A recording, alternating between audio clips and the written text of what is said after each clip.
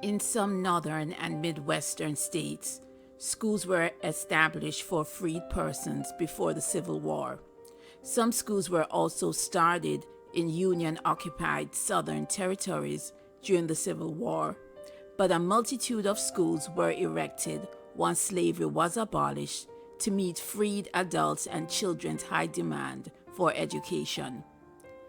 These schools were supported by the Freedmen's Bureau, Northern white charities, and missionary societies. Communities, even those where the very poor resided, made all effort to provide whatever resources they could to build and maintain their schools.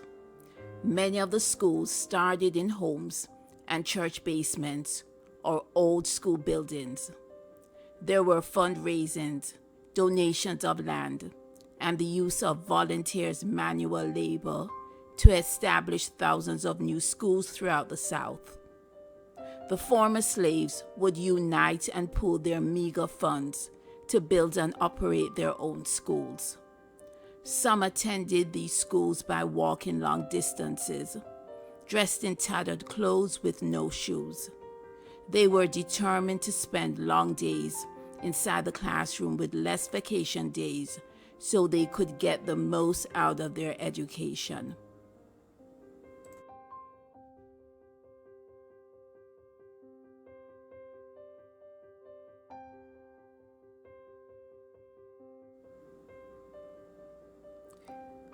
After emancipation, British colonists were convinced by the English government that it was in their best interest to maintain control of former slaves by providing elementary school education only. There was a steady increase of the enrollment of former slaves in primary schools. There was also a demand for secondary education.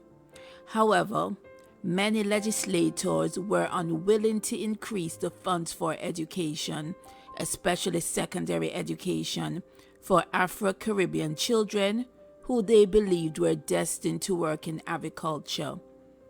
British colonists were threatened by the desires of Afro-Caribbean persons to raise their status in society through education. So, many strategies were in place to prevent former African slaves and biracial children from attending secondary schools. That could have made them progress in society. For example, the fee structure of secondary schools was increased so that Afro-Caribbean parents could not afford the cost. Also, secondary schools refused enrollment of all illegitimate children.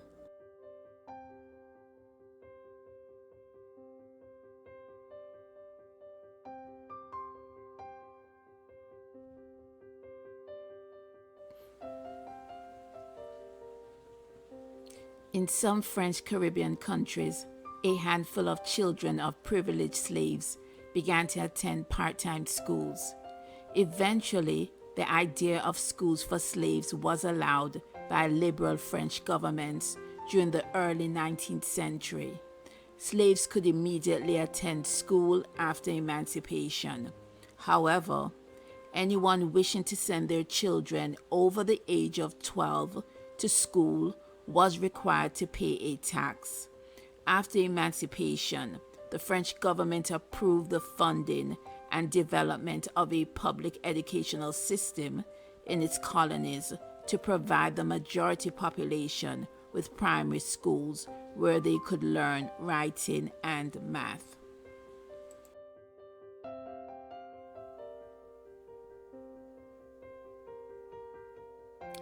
Throughout the three Spanish colonized islands, Cuba, Puerto Rico, and the Dominican Republic, the objective of the government was to integrate the black former slaves into the school system. Afro-Latinos had no choice but to transition into the public school system and adhere to the policies that did not take their needs and culture into consideration. This meant that learning about the history and culture of Afro-Latino was not incorporated into the curriculum. Instead, schools were uncompromising in Europeanizing Afro-Latino students.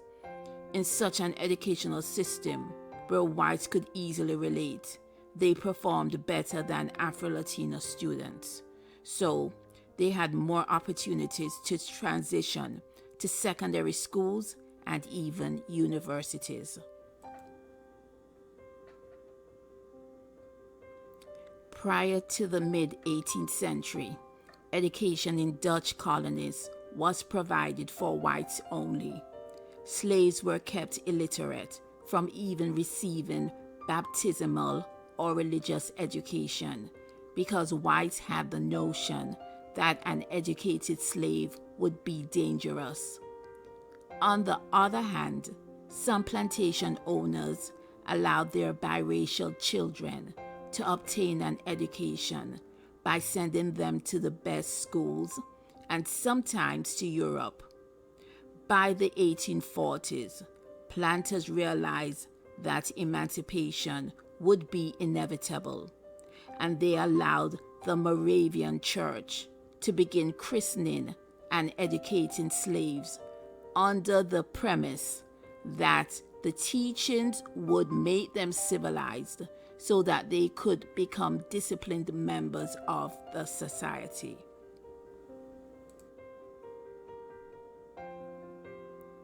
In some South American countries, education was reserved for the privileged, but in Brazil, no law was enacted to prohibit slaves from learning to read and write. There, municipalities enacted laws that obligated slave owners to teach slaves how to read and write. However, establishing a public school system to provide formal education to freed slaves after emancipation was not forthcoming.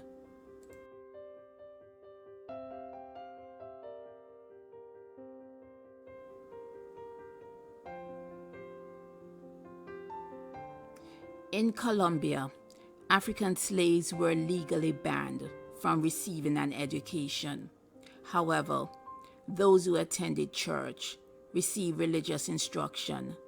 The law was passed in 1821 to make primary education compulsory, but the stalled construction of primary schools resulted in many freed slaves and their immediate descendants not learning to read or write.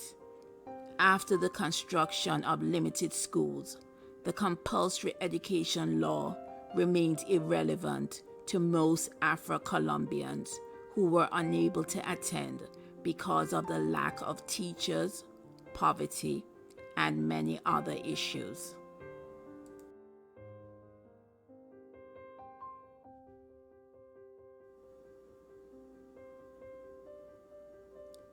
After emancipation in Venezuela, children received informal education by watching and learning from parents and adults in the community.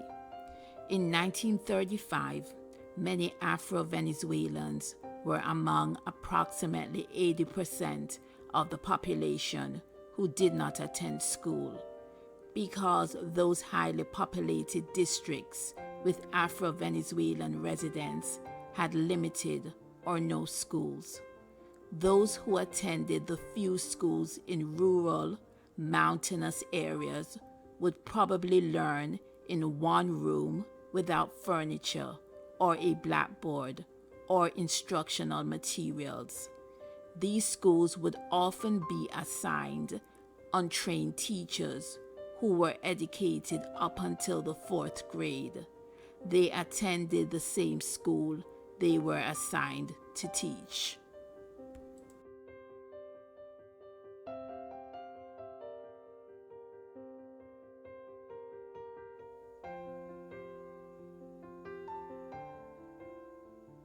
Most Afro-Nicaraguans today are associated with slaves who were imported by the British when they colonized the Caribbean coastline during the 17th century.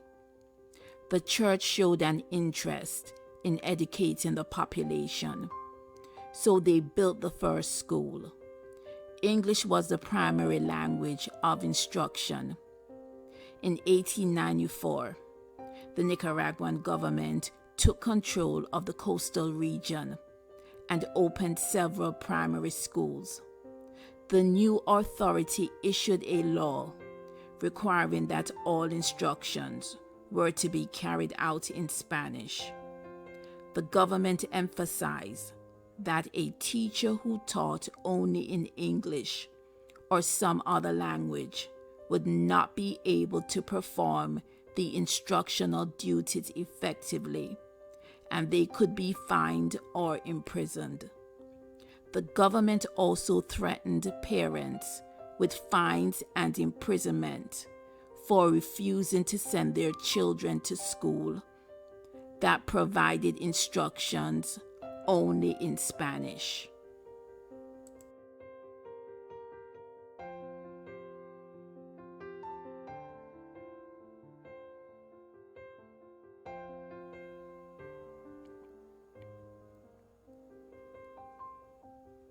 In addition to slaves, Panama had an influx of West Indian workers from Caribbean islands.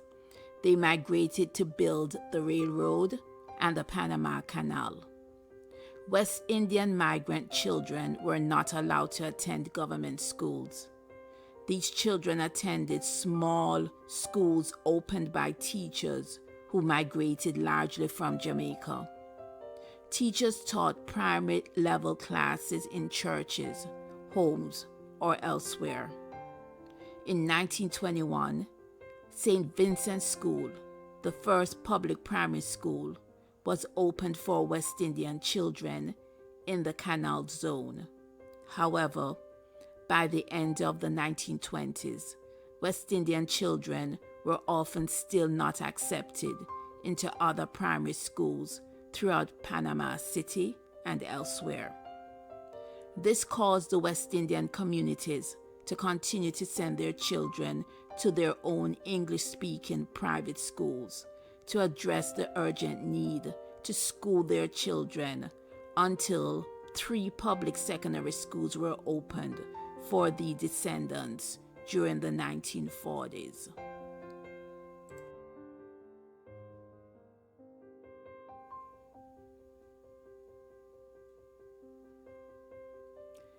The intermixing of slaves in Costa Rica with the Spanish population meant that noticeable Afro-Costa Ricans are descendants of an influx of workers who arrived from Jamaica to work in the banana industry.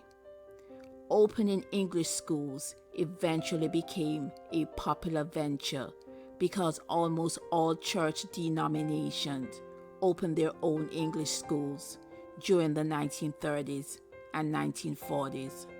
Students were accommodated at different learning sites. Some attended school in newly constructed wooden frame buildings associated with churches that also served as sites for church activities. Others completed classes in often old wooden rented buildings. Nowadays, several secondary schools in the predominant Afro-Costa Rican communities have maintained high academic standards. But the quality of education in many of those communities is low due to overcrowded classes, poorly maintained facilities, short school days, minimal homework, and high dropout rates.